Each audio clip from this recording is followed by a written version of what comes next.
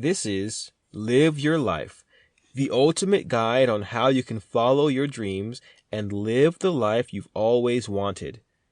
Discover tips on how to get things done and follow through on your dreams. Written by Lamar London. Read by Marcus Mulenga. Everyone has desires that they want to fulfill.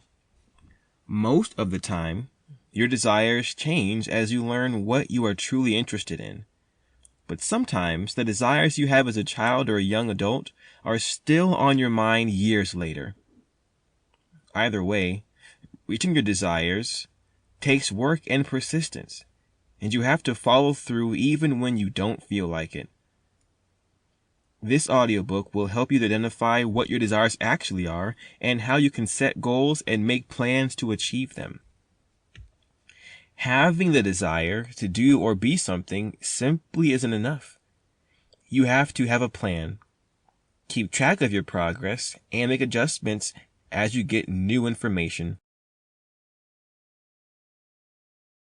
Chapter 1. How to clearly define your desires. You know what's strange? Most people have no idea what they want, and what they say that they want is rarely what they actually want. Isn't that funny?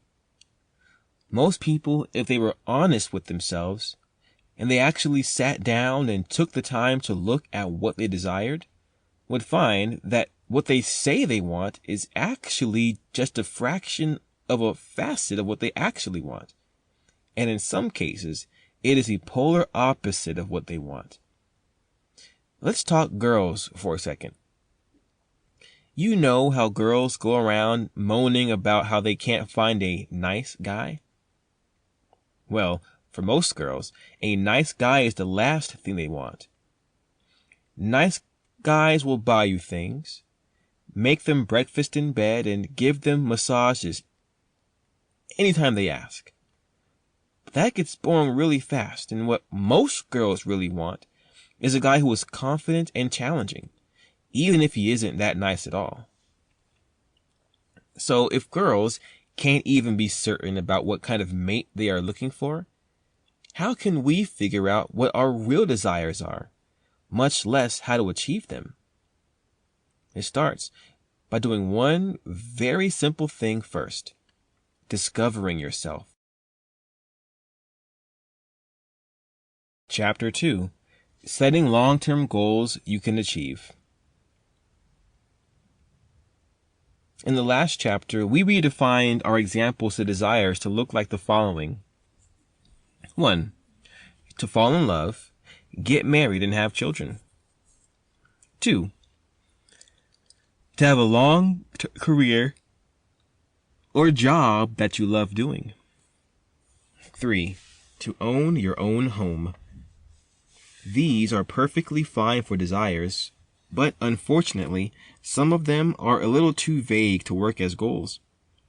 So you need to know the difference between something that you set as a goal and something that is simply a desire that you have.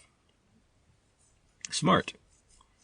For something to be a goal, it needs to fit the SMART acronym: specific, measurable, achievable, result-focused, time-sensitive.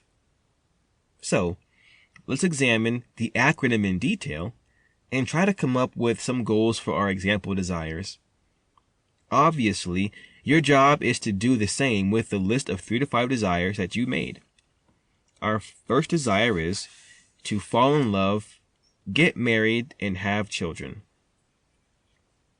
So, we obviously need to redefine this to fit our acronym. 1. To be in a financial, emotional, and physical condition to be ready to fall in love. This is obviously better, but it still fails to be specific. So let's break it up into 3 goals. 1. To be financially stable. Better. But now it fails the measurable test. So we need to make it something that we could actually measure. For example, 1.